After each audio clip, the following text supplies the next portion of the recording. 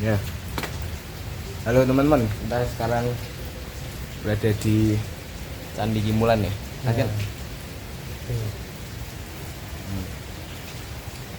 Kita mau observasi sama sekalian jelasin candi inilah pokoknya. Jadi sebelum kita menjelaskan, kita perkenalan dulu. Nama saya Dansel Ricard Gilbert, nomor presensi 9. Saya Lanang Agnes Mir, absen presensi 19. Terus ada dua teman kita yang tidak bisa hadir karena ada halangan, yaitu Arindra dan Katon. Selamat menyaksikan. Selamat menyaksikan. Better turn up, bro, blow it on up till I can't even think no more. Get ready to go dumb, then go more dumb, then we can keep it lit, let's go.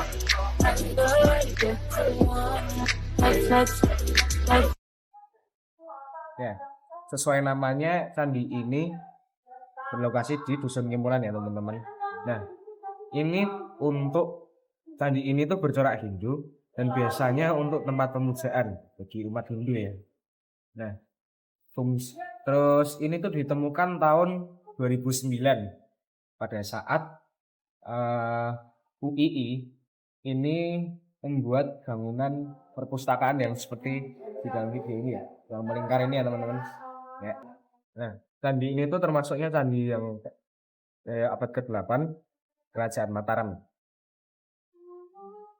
Nah, candi ini tuh pada abad 8 kemungkinan itu Kerajaan Mataram ya teman-teman. Nah, candi ini tuh ada dua, bisa dilihat. Yang untuk pertama itu adalah candi induk, yang isinya itu patung Ganesha dan Linggayoni. Terus yang candi kedua itu namanya Candi Pandawara. Nah, kedua candi ini tuh saling berhubungan ya. Dan untuk kenapa kok ada patung Ganesha? Karena patung Ganesha itu adalah dewanya orang Hindu yang menyimbolkan dewa pengetahuan. Candi Kimulan memiliki perbedaan dari kebanyakan candi yang sudah ditemukan di Indonesia. Candi ini kan ditemukan secara tidak utuh, melainkan hanya sebagian bangunannya.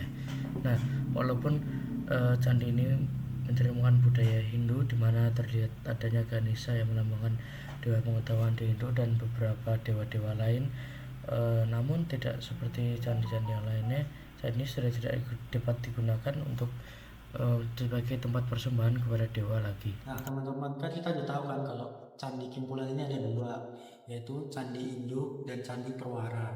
Nah di Candi Induk ini terdapat dua patung.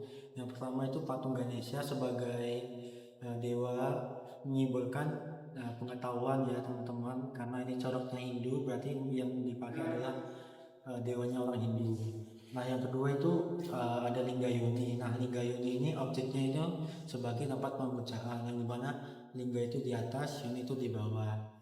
Nah untuk yang kedua, yang di Candi Perwara itu sama ada Linggayoni, tapi bedanya sini ada lubang, kayak lubang persegi. Nah itu sebagai tempat nyimpan kayak perak, emas, terus tumbuh-tumbuhan, rempah-rempah lah gitu. Terus yang satunya itu ada nadi. Nah, nadi ini sebagai kendaraannya si Siwa, bapaknya Ganesha. Nah, seperti yang diketahui, kalau candi tadi kan ada display tanah ya teman-teman. Nah itu candi ini ketimbun oleh tanah ini. Nah, ini tertimbun karena berlalunya waktu dan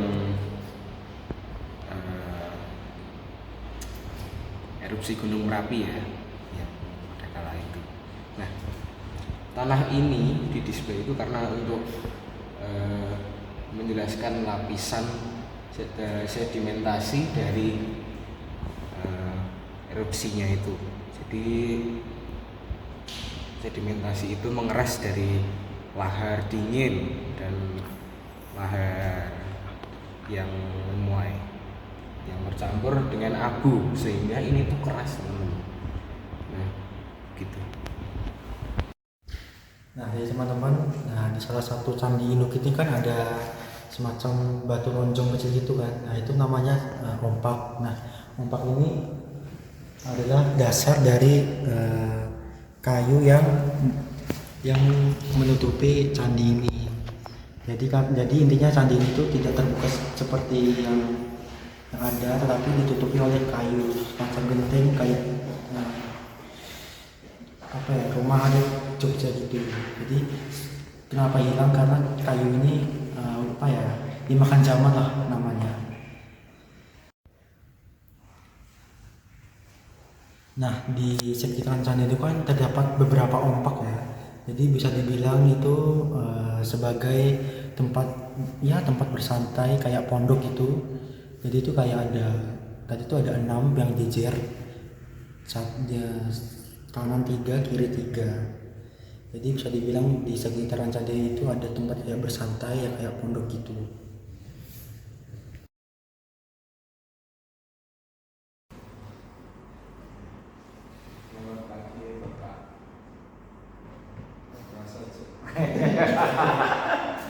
Cahyono Prasaja.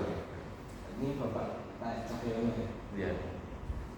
Ini kami dari SMA Malaysia itu mau tanya-tanya soal candi Kimulan yang di UI ini ya Pak. Jadi untuk awal mula ditemukannya itu gimana sih kok bisa ketemu? Oke, jadi itu sejarah penemuannya kan di pihak UI itu sedang membangun bangunan perpustakaan.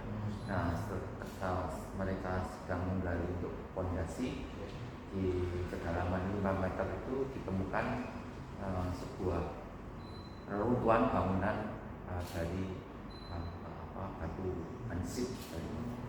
Kemudian setelah dibuka semuanya ternyata itu sebuah candi.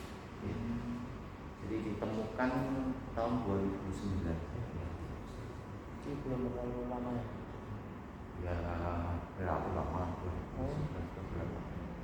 Itu ditemukannya gimana? Kok bisa? Jadi ya nggak sengaja, secara tidak sengaja ya, ketika mereka membangun gedung perpustakaan itu mereka kan bikin fondasi yang harus menggali tanah ke dalam. Jadi kemudian mereka menemukan reruntuhan candi. Ya, pas proses pembangunan gedung baru perpustakaan UI. Itu candinya masuk corak gitu atau Kalau itu kan kalau candi kita melihat dari temuan sertanya ya. Kita bisa melihat dari bentuk atapnya, kalau ada atapnya, dari tubuhnya atau badan candi, atau dari arcanya, dari reliefnya. Nah, arca yang kita temukan di situ kan arca Ganesha, Linggayoni, sama satu lagi Nandi. Ya. Jadi itu semua adalah arca Hindu. Jadi oleh karena itu kita sangat yakin bahwa itu ada candi Hindu. Ganesha ini di Di agama Hindu. Ya. Jadi itu salah satu dewa di dalam agama Hindu. Kayak apa? Dewa ilmu pengetahuan. Kalau ceritanya bagaimana dia lahir panjang banget. Iya. Kalau yang Linggayoni sendiri itu? Jadi Linggayoni itu lambang sebenarnya kan ada lingga di atas dan ada yoni yang menumpu. Itu adalah manifestasi dari Siwa dan saktinya. Yoni itu diumpamakan dan pihak wanita karena dia di bawah dan ada lubangnya. Sedang yoni kan yang kayak kecil dong, ya kayak solid lingga itu yang itu di melakukan lambang laki. Jadi itu kesatuan antara laki-laki dan perempuan. Nah, mereka itu sebagai katakanlah sebagai alat untuk melakukan pemujaan dan upacara. Biasanya disiram air di situ di atas lingganya, kemudian air akan mengalir ke lingga dan turun ke bawah yoni, dan ada kan ada saluran air keluar gitu ya, ya itu yang Kalau sebenarnya candi itu apa sih? ya. Jadi Candi Kimpulan itu apa, kalau kita lihat gaya bangunannya itu berasal dari abad 9, abad 9 10 begitu. Oke, itu dulunya dipakai untuk sebagai tempat pemujaan, untuk melakukan ritual-ritual keagamaan. Ya, untuk ada dua pendapat sebenarnya, itu ada yang mengatakan itu tempat ibadah atau tempat pemakaman. Ya. Jadi mungkin kalau saya lihat sebagai tempat pemujaan. Pak, kalau Candi Kimpulan tuh sebenarnya yang bangun tuh dari kerajaan apa, masih masuk Mataram atau? Kalau dari periode itu masih masuk Mataram kuno ya. Tetapi rajanya siapa itu kita tidak punya informasi. Karena biasanya adalah kalau ada prasasti misalnya itu ya yang menyatakan tentang kapan dia dibangun dan sebagainya itu oke lah. Tapi kan kita tidak menemukan prasasti di sana. Ditemuannya hanya prasasti mantra kecil dari perak begitu, dan ada satu emas gitu ya, ada gambar kayak teratai